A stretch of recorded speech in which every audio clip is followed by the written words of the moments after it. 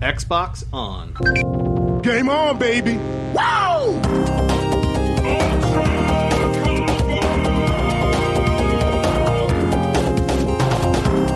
Don't make a girl a promise you can't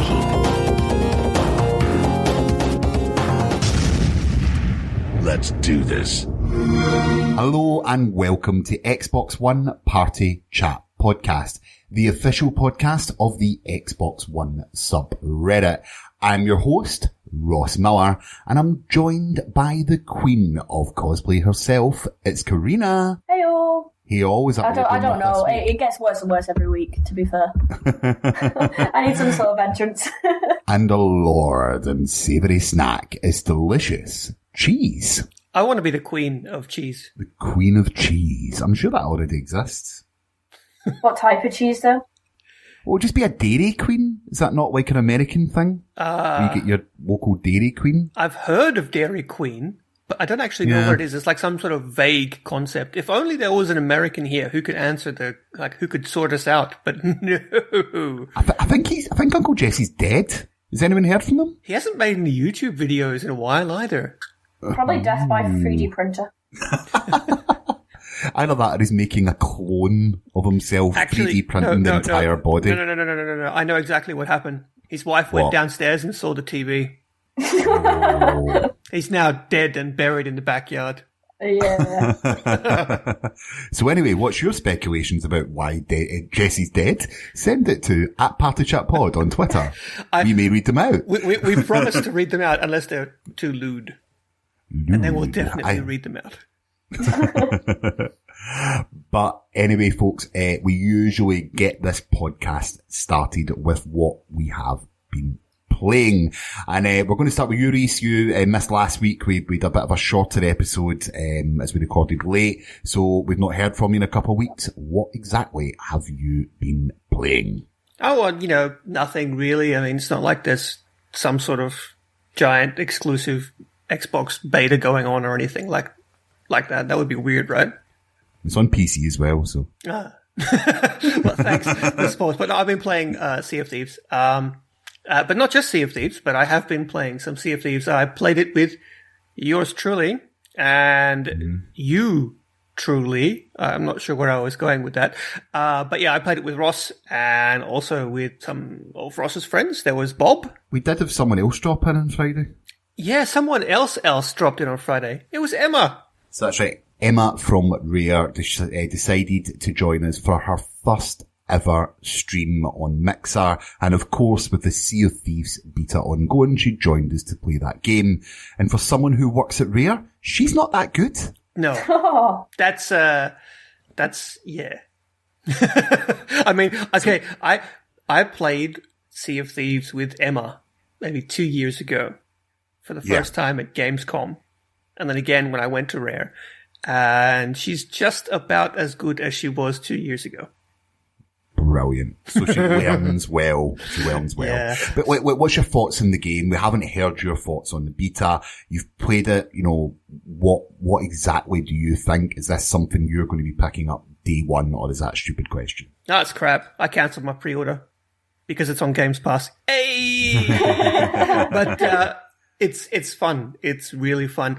I actually think I saw someone else sum it up on Twitter, and I believe it was Gabe from Penny Arcade who tweeted, Sea of Thieves is not a video game, it's a magic portal, or something like that. And I really thought that was really cool, because it's not really a traditional video game in the sense, but it's just really fun, especially the game that we played. We played for like 3.5 hours straight. Yeah. And, people asked me to describe it, and I said, okay, so there was Ross and I screeching and arguing at one another over directions like an old married couple. And there was Bob whispering lies and puking like into my ear and then puking on my face while I'm trying to steer the ship.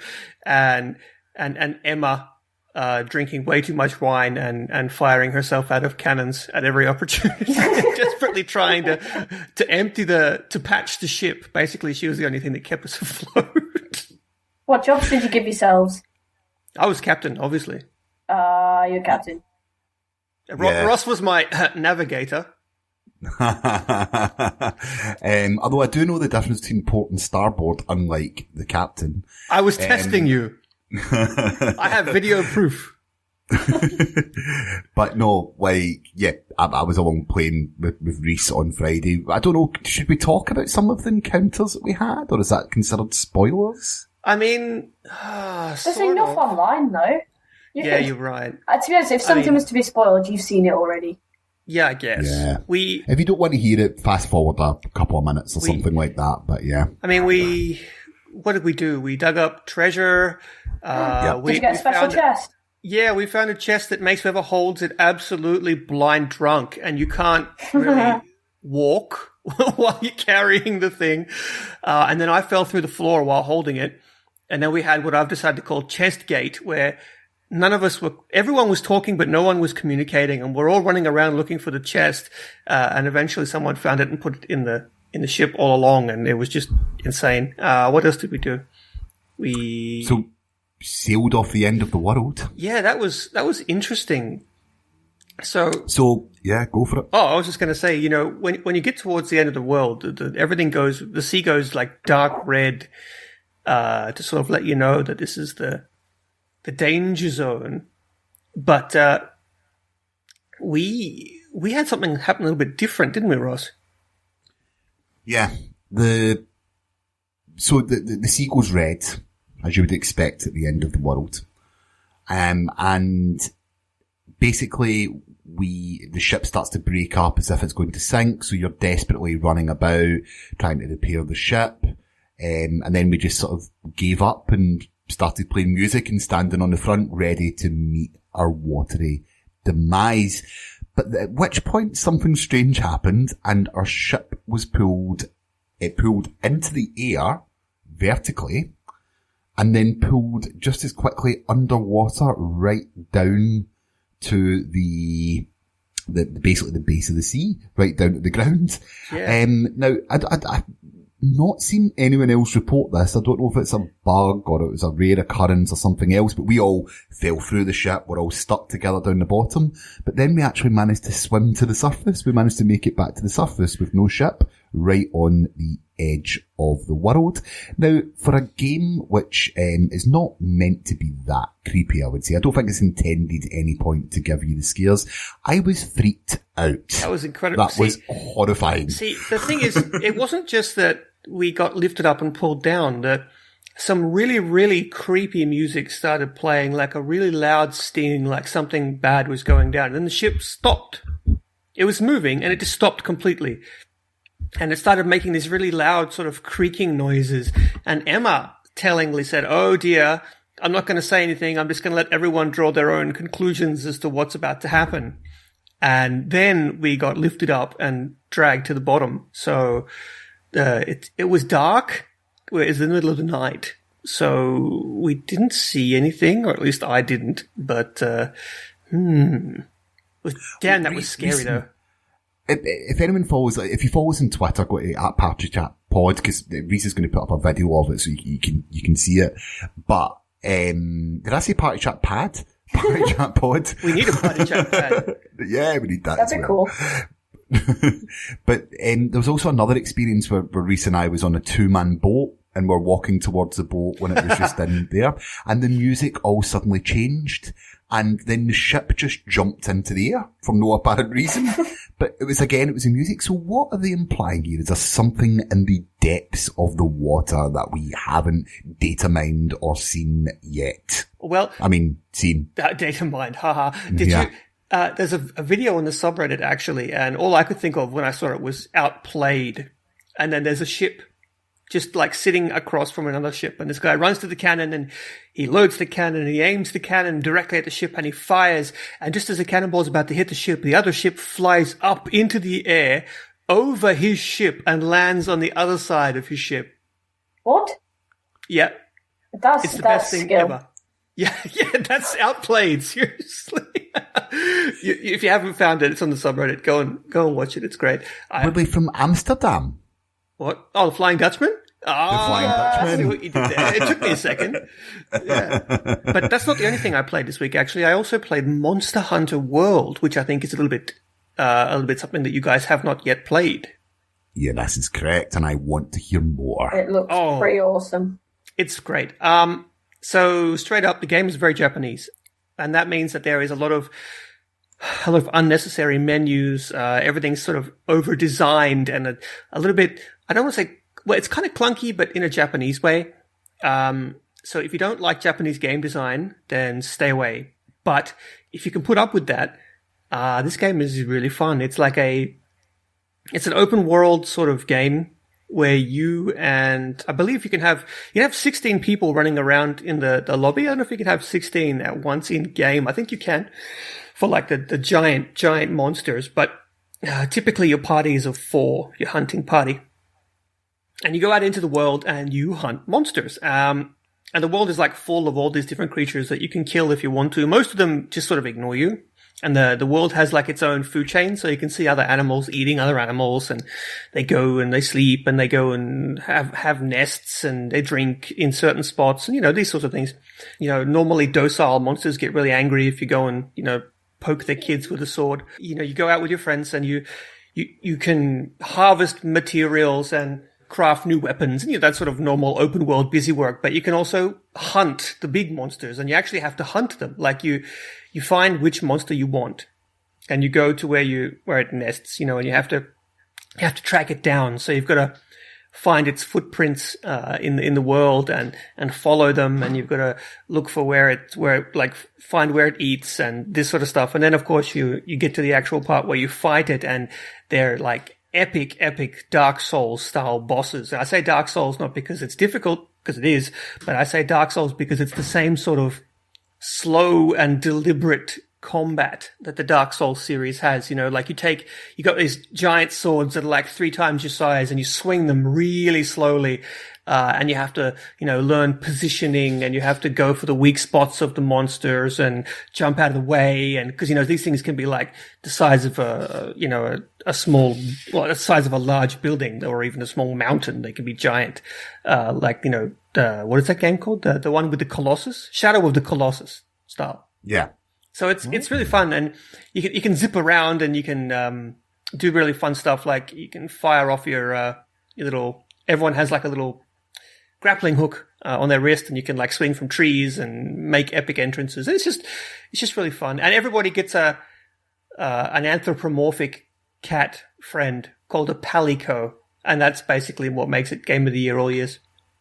Yeah, that does appeal to me because I need to make Bagpuss. Did you give it an outfit? Yeah, that's my He's cat. fully customizable, and he follows you around, and he acts as basically your in-game inventory. He picks up the stuff you don't pick up and carries your stuff around, and it's easy.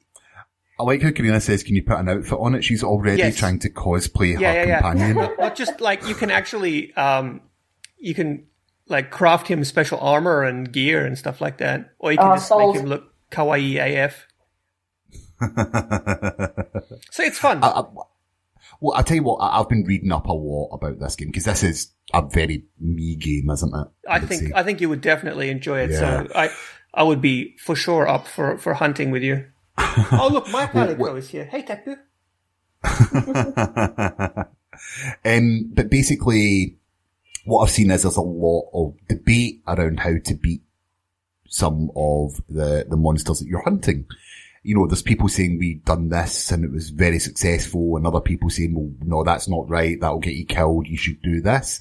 And I love the debate that it's caused in some subreddits and other websites as well, where it's just people exchanging tips and having conversations about how to beat it. And I don't remember that many games doing that to that extent recently. No. So that's what really certainly piqued my interest. See, you can research the monsters, right? So the more time you spend watching them, the more of their poop you collect, the more of their footprints you inspect, the more of their nests, because you can like research these things, and the more you learn about them, and the more you can you get given hints about their weak spots, like they might be, or their vulnerabilities, and stuff like that. So like you might there might be one who you have to climb up on top of and stab in the eye, you know, but you wouldn't know that unless you had learned certain things or just, you know, by trial and error. So it really does sort of lend itself to that sort of kind of discussion, because like these things are boss fights. Like it can take you an hour to bring down some of these monsters, because they don't just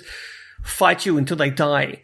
Like they run or and like take the battle elsewhere, or they might, you know, do something that affects the landscape or whatever. Like these fights can be seriously epic. That's why it takes like teams, like coordinated teams, to pull down. And if you spot like a huge rare monster wandering around, you can actually pop up a signal flare, and like even if you're playing solo, and that signal flare is basically a global party invite. So anyone who is anywhere in the world can respond to signal flares, and they'll see that there's a signal flare, someone needs help, and you can actually just instantly you catch a ride on like a little pterodactyl that you have to get around on, because of course you do, and people just arrive in style, you know, on their pterodactyls, and they can join the hunt. It's really cool like that.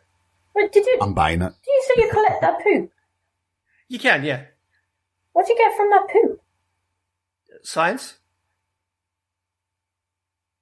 Have you never seen Jurassic Park? I don't know.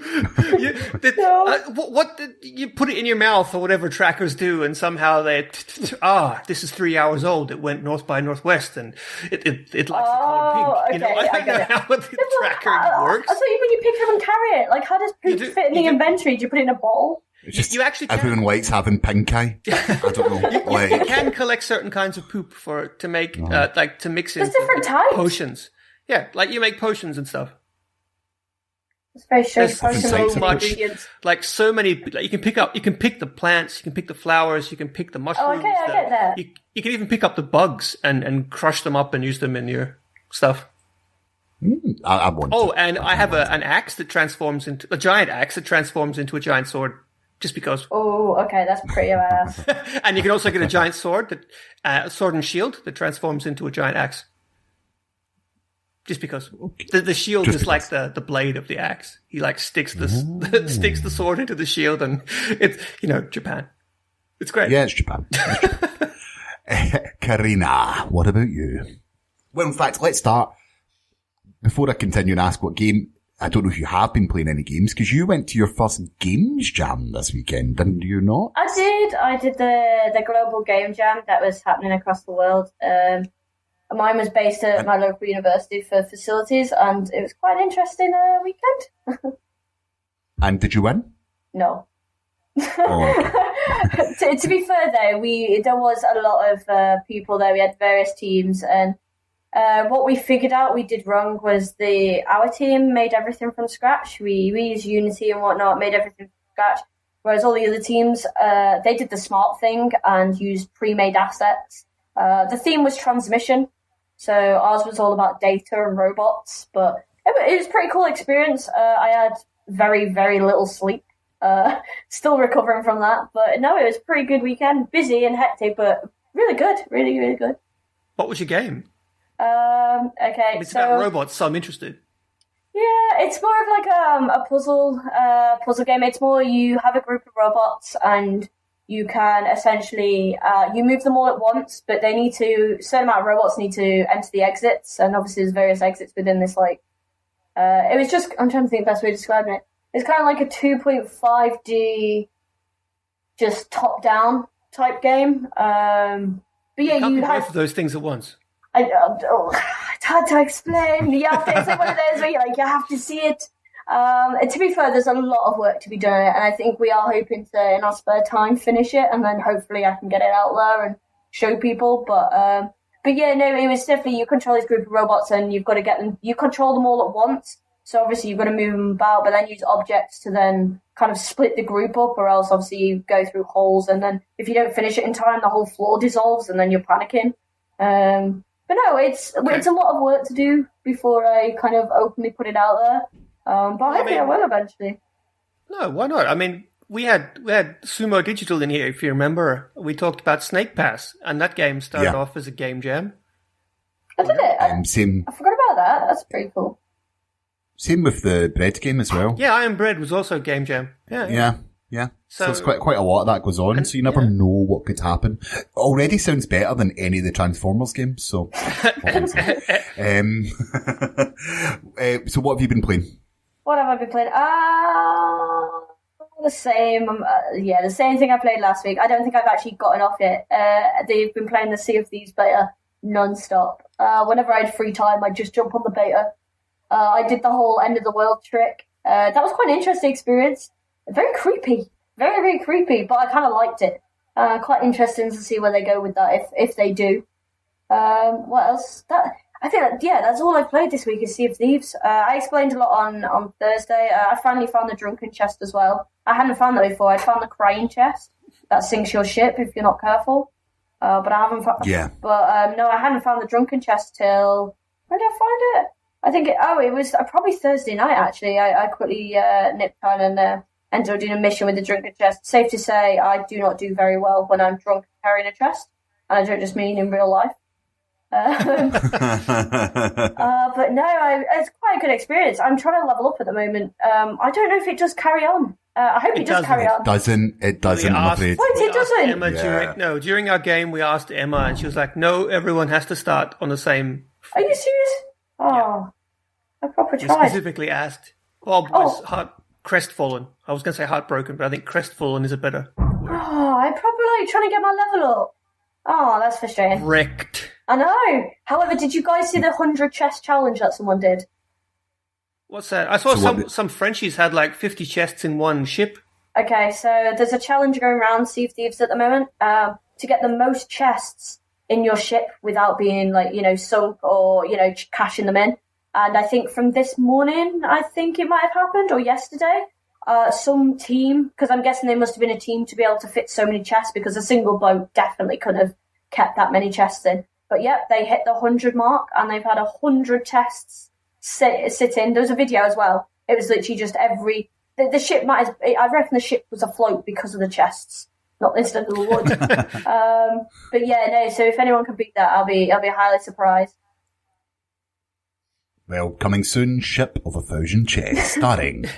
No, I love that sort of Sea of Thieves. It's like in the beta, at least, it's fairly bare bones when it comes to direction, right? Like it's just here's the world, here's a couple of things you can do, just sort of play around and let us test the servers, right? Like that's what it exists for, yeah. But the fact that despite it being so bare bones, people enjoy playing it so much that they're actually creating their own challenges within the beta test just to see what they can get away with. Yeah, no, that's good. I like that. Yeah, I haven't seen that since Minecraft. Because half the stuff in Minecraft happened because people were dicking around in the beta, seeing what they could get away with and what they could do. Quick question. Have any of you done the achievement? What do you call it? I was going to say achievement quest. It's not an achievement quest.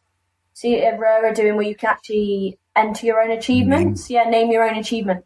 Yeah. Have any of you entered that yet? No, I should though. That's totally deciding whether Have to you? enter it. What's No. your entry? I don't. No, not yet. But I've been trying to think of some, but mine are just not great. So I've not thought of it. I want something witty. I have something like some pirate pun in there. I don't think there's going to be any pirate puns in any of the achievements or anything at all in the game. I'm sure of that. The game will be very serious. And if you do have a suggestion for achievement, don't go to the Rare forums. DM them directly to me on Twitter so that I can cash in and get the prize. You mean giving them directly to give them Rare? give them directly to Rare, so that they get it. I mean, yeah, exactly. Yeah. But for me, I said I would give it more of a shot. So not only have I been playing Sea of Thieves, I've spent more time with UFC 3. And although my initial thoughts about the game were it's more of the same, I have to say this one feels a little bit deeper than the rest. I've spent a little bit of time in career mode and they've done it very, very well. You start off in the little leagues fighting at a local promotion and work your way up through the Ultimate Fighter to the main UFC card. And the progression of it feels very, very good. Although I am struggling to get with the learning curve a little bit, especially with leg kicks for some reason. But overall, maybe my initial idea of thinking it was more of the same was a little bit harsh, and I have to say I am actually enjoying it to the point where I'm got it day one. An EA game, again, what am I doing? After you said leg kicks, I've just got an image of you doing the can-can. But I don't know if that's a good image or a bad image. You should have stayed out later in Birmingham. Cossack dance. Oh dear. I'm actually excited to play this Dragon Ball Fighter Z. Yeah, well, lots of good reports for it. Yeah. Not a game I'd ever buy. I don't buy any fighting games other than UFC like day one, but it's something I'd certainly give a shot later down the line. I don't know if I'll pay for it, but you just mentioned fighting games and leg kicks, and it just sort of I was talking about it today with some other friends. It's just like, yeah, it seems pretty good. Well, let's find out what's been happening in the subreddit this week. And spoiler, not very much. You're listening to Xbox One Party Chat Podcast. This week in the subreddit. So, guys, it's the time of the month. In fact, the games will already be out by the time this podcast releases. But Major Nelson chimed in with this month's or February's games with gold. So in February 1st to the 28th, you're getting Shadow. Is it Shadow Warrior? Yes. Yeah, Shadow Warrior. Yeah, that's right. And split second between the 1st and the 15th. Between February 16th to March 15th, you're getting Assassin's Creed Chronicles India. Forget about that.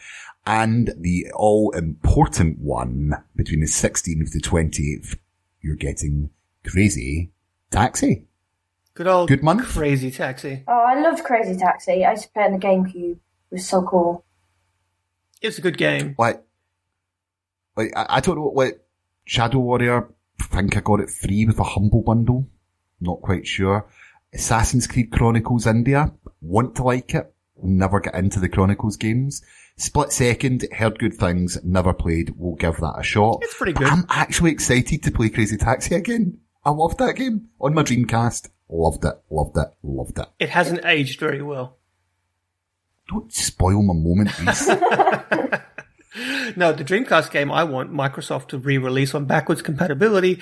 Well, not Dreamcast game. It was originally a Dreamcast game. Then it was ported to the original Xbox, and then it has been disappeared since forever.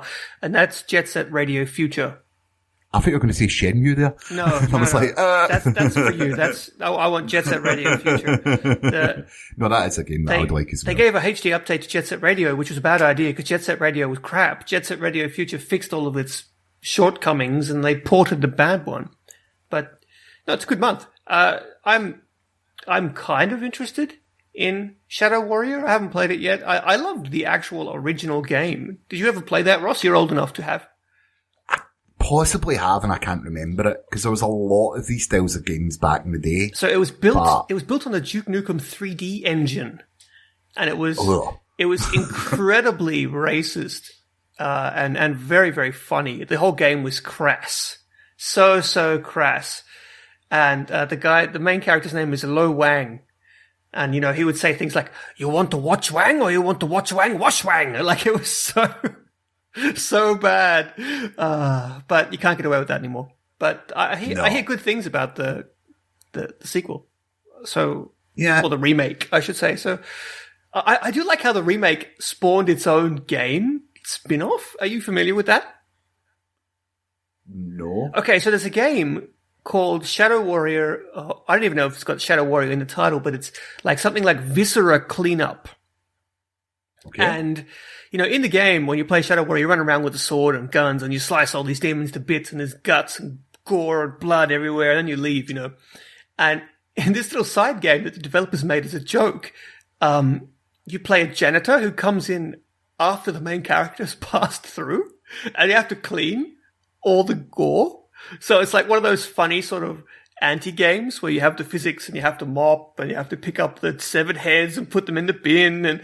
But it's just such a funny idea that they've come up with, and people love it. Yeah, no, that actually sounds quite interesting. Can you add that as well onto the Games with Gold? That sounds quite good. I don't know if it's out on Xbox. I think it might only be on PC, but don't quote me on that. But it's just really funny that they decided, I wonder what it would be like to be a janitor that comes by afterwards. And they made a game based on it. Wait, there's one thing guaranteed. This game's not going to be on the Japan, China or Germany. No. Games with Gold, so we'll probably get Max Curse of the Brotherhood for there. But, for Japan at least. That's approaching the good thing about Nation these months- FX levels in Japan, I've got to say. it's also a great game. But when you've got a young kid, you'll play Max Curse of the Brotherhood quite a few times. But, I like months like that where if you log on to your favourite website, the Xbox One subreddit, check out what the Japanese and the German Games with Gold is because it's different to yours, and you go in and download it and you get an extra game. Mm. Nothing wrong with that. It's not breaching terms or anything, is it? 100% is. I believe we do not condone anyone doing that at all. Yeah, your mileage may vary. That's what Larry said on the subreddit. What everyone was asking, it was a huge thread way back in the day, and he replied with 4 letters. YMMV. Your mileage may vary. Yep. Yeah. Carina, what's your pick from this month? Oh, definitely Crazy Taxi. I'm so excited to play that again. I used to love that as a kid. I used to play on the GameCube, and I don't know why, because I didn't do card games, but that one was just fun. I don't really know what it was and why I enjoyed it, but I just did. So I'm really excited to get back stuck into that again. I mean, it's not really a car game. I mean, it takes place in a car, but it's not a racing game. Well, I say it's one of those that it's still mechanics. Well, you just drive around to a time limit, really. Well, doing the old thing, but that's what I mean. It was so simple, but I really had fun playing it. So it'd be nice to see it return. Uber the game. That's all I like to think. You drive it like an Uber driver uses a car. No love for Assassin's Creed Chronicles India. Is this not the second one we've had now? Yeah, we had China the Chronicles before. series. They're not great, are they? Nope. That's being generous, Ross. Yeah, I'm just not feeling those games, and I did like that those types of games back in the day. It just doesn't feel the same nowadays for some reason. So I don't know, but anyway. So one pick each. I'm going Crazy Taxi. Carina, Definitely Crazy Taxi. Rhys, I'll be the heel and say Shadow Warrior. Perfect. Well, how do you find the games? Is there anything you're looking different from? Let us know in the subreddit or on Twitter at PartyChatPod, whatever. But moving on, user Chronix GRE was the hero this week with an Xbox One tip no one can afford to miss. But if you press the hamburger or the start button as it's sometimes known, and then follow that to settings, you can have a setting to play videos automatically off. So if anyone has noticed that when you click into a game, the video or the trailer starts playing whilst on the microphone, the Microsoft Store, you can actually turn that off. Guys, is this a great tip or is this a great tip? I already knew about it, but yeah, it's the best thing ever. I only wish that there was a way for me to do that in Netflix. Yes, that's also the top comment, so well done for me. I can't say I haven't opened a thread. That would mean I'm not moderating. I mean, Carina, oh, no. Are you going to be doing this? Yeah, well, I don't mind things playing, but when you're half asleep or just in a morning when I'm just scrolling to put Mixer on or something just to have in the background, and all of a sudden this trailer starts and I'm really not paying attention and I forget my volume's on loud. It's not the nice. Well, I suppose it's a wake up call, but it's sometimes not the best. I think I'd rather just have it off. Definitely. If I wanted to watch a trailer, I've probably either seen it already or I'll go in search of it. I don't want it automatically playing. Yeah, like many times I browse the store just looking for fun indie games to, like, for example, party games. I might open up an indie game and be like, ooh, I wonder if this is 4 players. And all I want to do is open it up and read to see if it's 4 players and maybe scroll down to see the reviews. And suddenly it starts Peggy 13 and it starts playing the ad. I'm just like, will you shut it? I just wanted to have a look. It's annoying. For me, I'm quite glad about it. I'll be doing this straight away because I could always remember being in my house at 1 o'clock in the morning after a few beers, see a cute anime girl on screen, think, oh, I'm going to check out this game. And all you get is rated M for mature. Loud as anything. Cute anime girls, is it, Ross? Yeah, I mean, the latest COD game. Yeah, whatever. exactly. But, we all know that 3D girls are pig disgusting. Carry on. But no, it's just these simple little tips that are so beneficial because they are quite annoying. They are quite annoying just playing the trailer. But I know as soon as I turn them off, I think to myself, oh, I wish I could see the trailers again easily. But all we need to do is have a choice. So at least we have that. Netflix.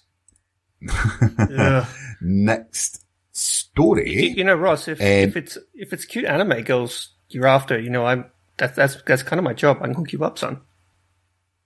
I don't want to know what you do. No, I mean, it's cool. Just consider me your local friendly anime dealer. Just your Anime dealer. first one's free.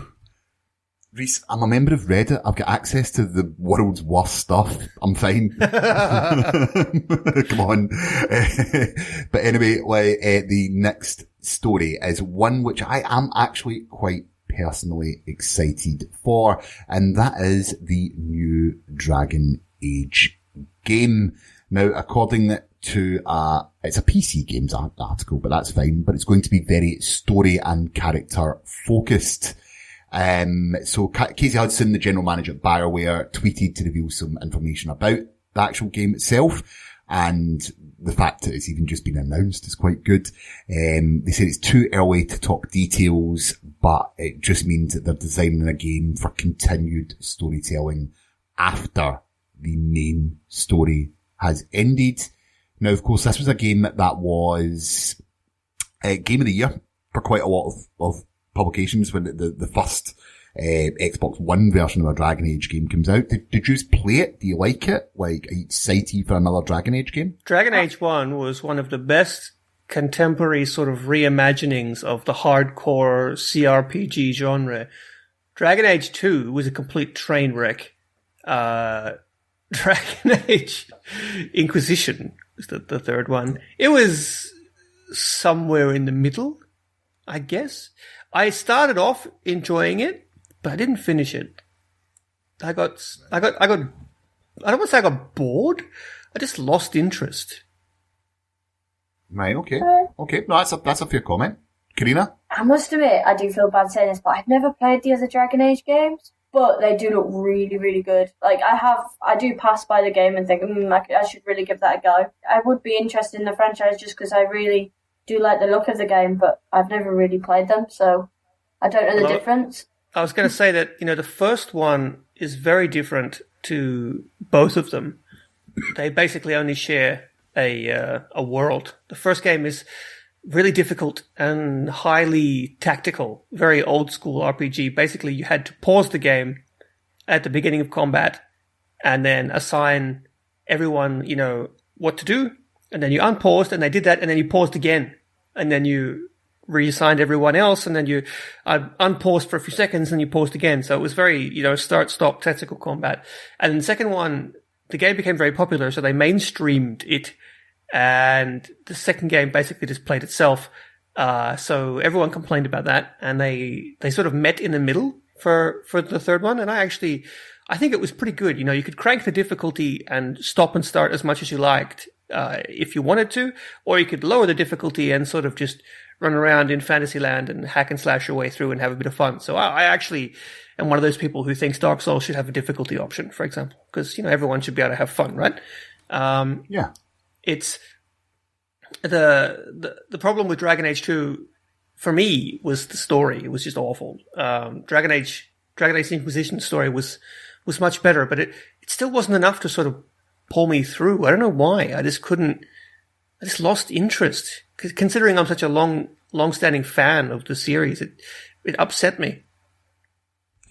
For me, what the only issue for Dragon Age was, for me, I enjoyed it, I finished it, I agreed with a lot of the Game of the Year talk that was going about, and that was in 2015, would that be right?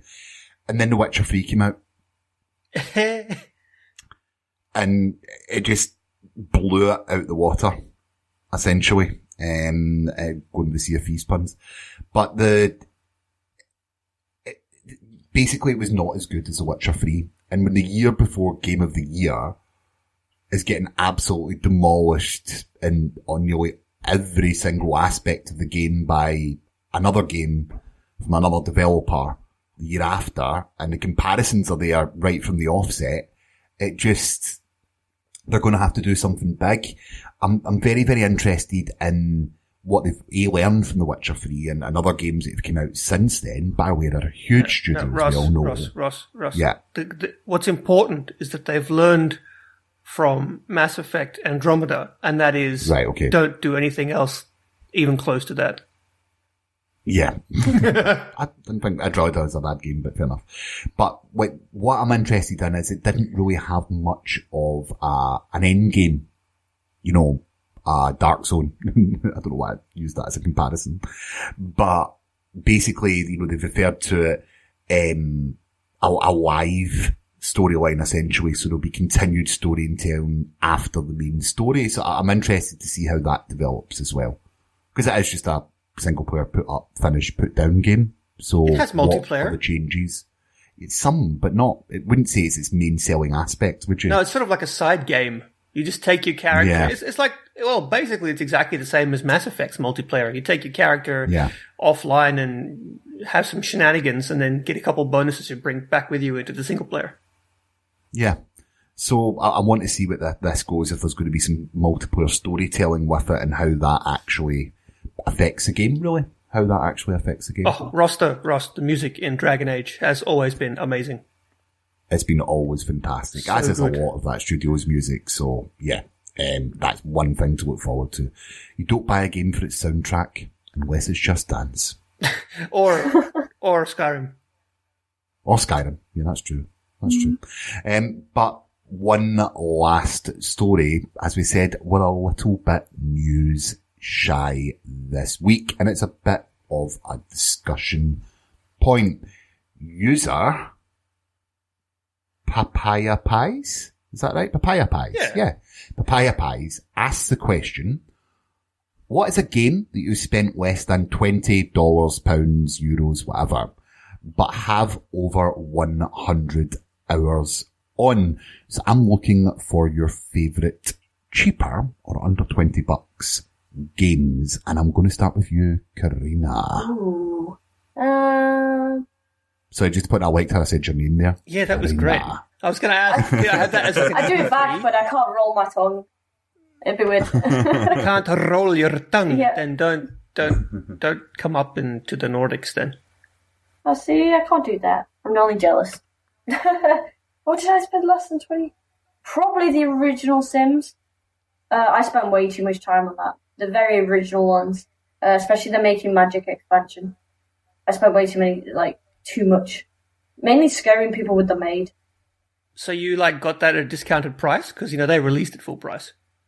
Well, actually, technically it was free because I got it as a present, so don't know if that counts or not. I'm not sure that counts. Oh, Ross, I does don't think that counts. Someone paid more than $20 something for the that Sims. you brought. Let's that I bought. Yeah. Let me see. Probably Don't Starve. I've played that a lot. I played both the original and the new one. They play Don't Starve together, so you've got the co-op. I spent endless hours on that, mainly just trying to finish the world. Because when I first started playing, I didn't really know how to do it, so I just spent forever trying to survive and build a base until it all got eventually burnt down because I was stupid and put something. I think I put everything too close together, and when one thing burns, you're a bit screwed because everything just burns to death. And I played the character that likes to set things alight, which probably doesn't help either. So I stopped playing after I spent endless hours of building this whole big base to find out that my character decided to randomly burn it down. So this is Carina's thought process. It's weird that everything's on fire, completely unrelated to the fact that I play a character who likes to start fires. Yeah. Yeah, I don't know. Also, I just want to point out that this is the Xbox One subreddit, and first of all, our game was a gift, and second, is a game that I know she played in PC. Yeah, but they don't still have to get this on Xbox. No, but you haven't spent over 100 hours on Xbox, have you? Yeah, but all the games I spent. Yeah, but all the games. What about I tend to buy them. Overcooked? I haven't spent enough hours on that. Not yet. Only because I only ever play that with my boyfriend, and it's not. I've been in London too much, and not the other way around. So we've not been able to play it yet. Wait, have you never played Overcooked 4-player? I played it once 4-player, but I've not done it first. I haven't done it alone yet. I refuse because I like to play it co-op. It's like my only local co-op game that I currently own. So. I was going to say, because if you haven't played Overcooked in 4-player local, then you simply haven't lived. Oh no, I played 4-player local. It is a bit loco. Yeah, to be honest, that's what you end up like. I think it ended up being, what was it? My friend had like a gaming night. So actually, I think it was during E3. I think we watched some of the E3. We all got together, pizza, played like Mario Kart, stuff like that. And yeah, we tried Overcooked, and let's just say in the end, 2 of the 4 people got really salty and decided to just give up and not wanting to play after how badly it got. After I think we burnt the kitchen down, and yeah, I think everyone just gave up in the end. But no, it is a very brilliant game. I just haven't spent enough hours on it just yet. But I'm one of those people that tend to buy games on release. I'm a sucker for collectors and special editions, and I always, I like buying things on midnight. It's the midnight launches. I like to be the first to play. I don't know why. I just have a bit of just like to be first, I suppose. So yeah, a lot of my games I buy at release price. I don't think I've ever bought anything quite cheaply, although I can think of it off the top of my head. But yeah, no, probably. I was going to say I bought Overcooked because that was I got that during the sale on Xbox Gold not long ago. Well, a couple of months ago. But yeah, no, that's a very interesting game to play co-op with. As long as you don't get salty and get angry with each other, then it's all good. Rhys, a question. You asked if we've ever played the game in 4-player, but have you ever played Overcooked for 4-play? I choose not to answer on the grounds that I may incriminate myself. Fair enough. What is your favourite cheaper game? So, if we're going... Okay, so, first of all, I'll answer the original guy's question, the whole, what game under $30 have you played for more than 100 hours? 20. Oh, well, either way, the answer is completely obvious for me, and that's Minecraft. Was that less than $20? Yeah, I paid $5. It was $15.99, wasn't it? Yeah, originally it was $15 on the Xbox 360, and then it was $5 if you owned the 360 version to upgrade to the Xbox One edition. Oh, And Why? I have more than 100 hours on both. And if we're going to talk like Xbox exclusives and games that I've only bought on the Xbox, then the answer to that is very, very easily Pit People. Right, okay. I think I have like 160 hours on that already. But when it comes to favorite, that's really hard for me to judge. I would maybe say Soma, but that was, again, only just released on the Xbox One, and I think it released at $30. I only paid $20 for it on the PC, but I think that's the best cheap game that I have ever played. No problem. Well, for me, I think it's quite obvious. It's Rocket League. Yeah. With 1,800 hours. 1,800 now. that's a lot. Yeah, it's quite a That's lot. a It's long quite a lot. time. Yeah, it is quite a long Is that the game time. that you've had the most playtime with ever? No. Okay. What's that? What's the most playtime ever? Well, the game's a PC game called Football Manager. Oh, God. Oh.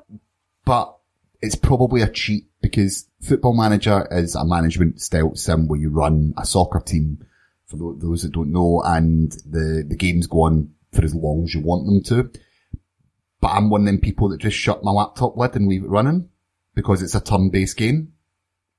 And I think Steam still counts that. How many hours you got on Steam?